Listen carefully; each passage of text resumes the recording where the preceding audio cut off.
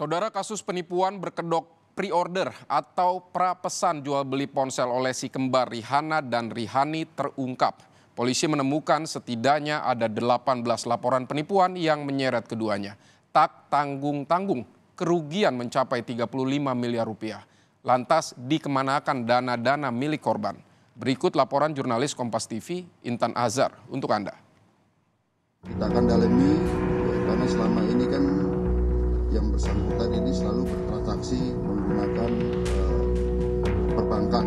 Kita akan dalami karena dari LP yang kita terima total kerugian itu adalah 35 miliar, tapi akan kami dalami. Mungkin ini baru sebagian. Apakah ada korban-korban yang lain, kami akan dalami lagi.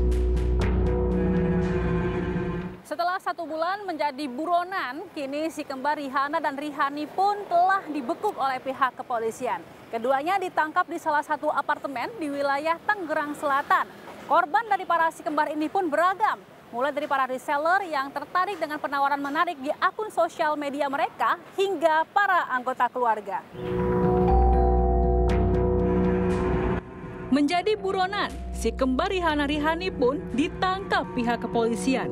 Penangkapannya menjadi titik terang setelah drama keberadaan mereka tidak terendus oleh publik. Diketahui kasus penipuan oleh si kembar ini telah dilaporkan sedari bulan Juni hingga Oktober tahun lalu. Dengan iming-iming harga miring jual beli iPhone dan saling kenal antar relasi. Uang puluhan miliar pun dibawa kabur oleh pelaku. Nah, Pak, mungkin boleh diterangkan sedikit bagaimana kemudian para korban ini mengenal si kembar ini, Pak, dan terjadilah kasus tersebut, Pak, akhirnya. Ya, pada awalnya sih kan mereka itu ada yang teman kuliah, ada juga yang suaminya itu satu pekerjaan sama si kembar ya. Dan mereka semua itu hampir semuanya itu kita bilang bahasanya warga Pamulang City. Karena pelaku itu tinggal di kawasan Pamulang Ciputat. Kemudian korbannya juga orang Pamulang Ciputat juga semua, Mbak, gitu. Jadi yang saya pegang tuh kan ada 8 orang ya sejauh ini ya. Itu yang nilainya itu 16 miliar. Gitu, Mbak. Nah, pada awalnya kan mereka menjual itu pada teman-temannya. Ya. Dan itu betul. Jadi misalkan harga iPhone 2 itu 20 juta, dijual sama si Rihani itu harganya cuma 18. Betul. Nah, karena betul itu, ada barangnya. Nah, maka si Rihani itu ngomong ke para perantara itu. Kalau ada yang mau beli iPhone ya dengan harga lebih murah, kasih tahu gue deh. Gitu ya. Lewat gue, entar gue beliin barangnya gitu.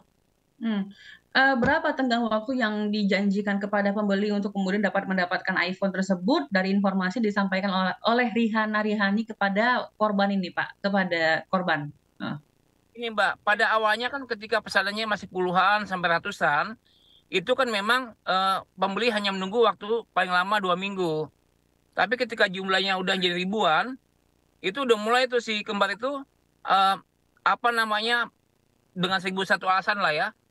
Bilang bahwa barangnya masih belum datang dan sebagainya gitu. Jadi yang akhirnya ketika udah sampai 2 bulan nggak ada kepastian, maka para pembeli itu ya datang, Pak, datang menggeruduk korban ya si perantara itu, dan mereka bersama-sama mendatangi rumah si Rihani yang Diketahui sebelumnya bisnis skema Ponzi menyeret para korban si kembar. Namun Odi Hudianto selaku kuasa hukum korban menolak hal tersebut. Menurut paparannya, kliennya hanya menjadi perantara, melakukan jual beli iPhone dengan skema menuai keuntungan dari penjualan tersebut. Tidak ada akad atau perjanjian yang terjalin di antara kliennya dengan si kembar. Dari mereka semua ini reseller ya, Pak, ya berarti? Gini, Mbak, saya nggak sepakat ya penggunaan kata reseller ya. Karena mereka sifatnya cuma perantara, Pak, atau mediator gitu. Mungkin boleh diterangkan secara detail, Pak, terkait dari hal tersebut agar tidak buram, Pak. Begini ya, artinya gini, mereka hanya menjadi jembatan bagi para pembeli iPhone yang ingin dapatkan harga iPhone dengan murah. Jadi mereka bukanlah sindikat dari si Rihani, bukan. Mereka hanya dapetin semacam jasa lah ya, jasa atau komisi dari pembelian iPhone dari para pembeli. Dan itu ada akadnya, bahwa mereka mendapatkan jasa dari pembelian satu iPhone. Ada yang 3.000, ada yang 4.000, ada yang 5.000. Jadi sekali lagi ya, mereka nggak dapat keuntungan apapun, manfaat apapun dari si kembar. Mereka hanya dapat manfaat atau jasa dari si pembeli iPhone, gitu, Mbak.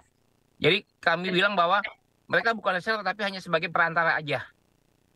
Artinya barang ada di mereka atau tidak, Pak? Barang ada di si penjual, si kembar. Jadi begini, begitu si pembeli itu setorkan uang lewat transfer ke rekening para korban atau si perantara itu, maka langsung uangnya itu disetorkan ke Rihani. Nggak ada uang itu yang disimpan, ditahan atau digelapkan oleh para korban ini, Mbak. Gitu. Dan para korban hanya mendapatkan komisi saja, seperti itu ya, Pak, berarti ya? Benar, Mbak. Dan itu juga menjadi tanggung jawab si korban ini ya. Jadi walaupun mereka bukan menggelapkan uang, tapi ada sebagian mereka yang berupaya untuk bisa balikin uang kepada pembeli. Ada yang jual rumah, ada yang jual mobil, ada yang pinjam uang ke keluarga dan tetangga gitu ya, atau pihak bank gitu ya, supaya si pembeli ini nggak kecewa gitu. Berdasarkan penyidikan pihak kepolisian, polisi menemukan kedua pelaku menjalankan bisnis seperti skema Ponzi. Direktur Reserse Kriminal Umum Polda Metro Jaya, Kombes Hengki Haryadi menyebut, berdasarkan keterangan korban, modus ini mengarah kepada skema Ponzi antar reseller dengan iming-iming penawaran harga menarik dan keuntungan komisi kepada para reseller. Sementara dari korban kita menerima informasi bahwa ini modusnya adalah seperti skema Ponzi ya, dari reseller, range kerugian antara 200 sampai 800. Namun setelah kita dalami, sementara bahkan ada yang sampai 3 juta ini. Satu produk yang ditawarkan itu. Ya.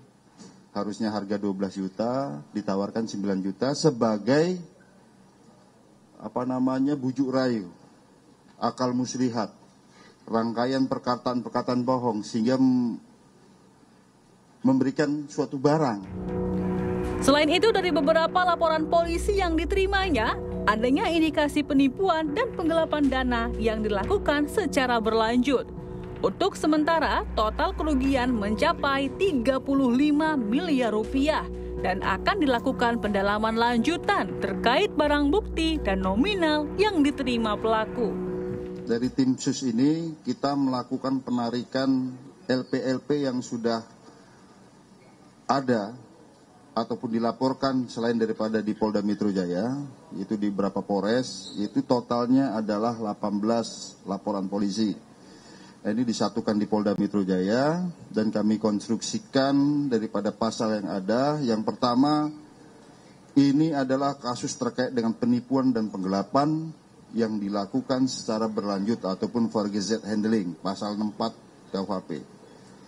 Apabila dalam proses penyidikan nanti ternyata ini merupakan mata pencaharian daripada yang bersangkutan ini, ya kita akan terapkan pasal yang lain juga. Apakah 379A KUHP, dan juga karena ini modusnya adalah menggunakan media sosial, kita juga akan terapkan Undang-Undang ITE, ya, pasal 28 Undang-Undang ITE. Oleh karenanya, rekan-rekan harap maklum, ini kita sedang penyidikan awal, yang bersangkutan sudah tersangka dan kita tahan, ya. Namun proses penyidikan kami ini adalah bersifat berkesinambungan, nanti larinya kemana? Sebagai contoh rekan-rekan sekalian, kita akan dalami ya, karena selama ini kan yang bersangkutan ini selalu bertransaksi menggunakan perbankan. Ya, kita akan dalami karena dari LP yang kita terima total kerugian ya, itu adalah 35 miliar, tapi akan kami dalami. Mungkin ini baru sebagian. Apakah ada korban-korban yang lain, kami akan dalami lagi. Berdasarkan data yang disampaikan Pusat Pelaporan dan Analisis Transaksi Keuangan atau PPATK, kini rekening si kembar pun telah diblokir. Terbaru berdasarkan analisis PPATK, didapati nominal sebesar 86 miliar rupiah bersarang di rekening pelaku. PPATK juga menyebutkan ada 2 kejahatan kuat yang terindikasi dilakukan si kembar, yakni terkait penipuan dan tindak pidana pencucian uang yang kini masih dilakukan penyidikan lebih lanjut. Jadi kami sudah memblokir ya, rekening terkait dengan si duo kembar yang melakukan penipuan pre-order iPhone ya. Dan kami juga telah memerintahkan kepada penyedia jasa keuangan untuk memblokir dari rekening-rekening yang terkait dengan RA dan RI ini. Jadi ada lebih dari 21 ya penyedia jasa keuangan khususnya bank yang kita minta untuk memblokir rekening yang ada.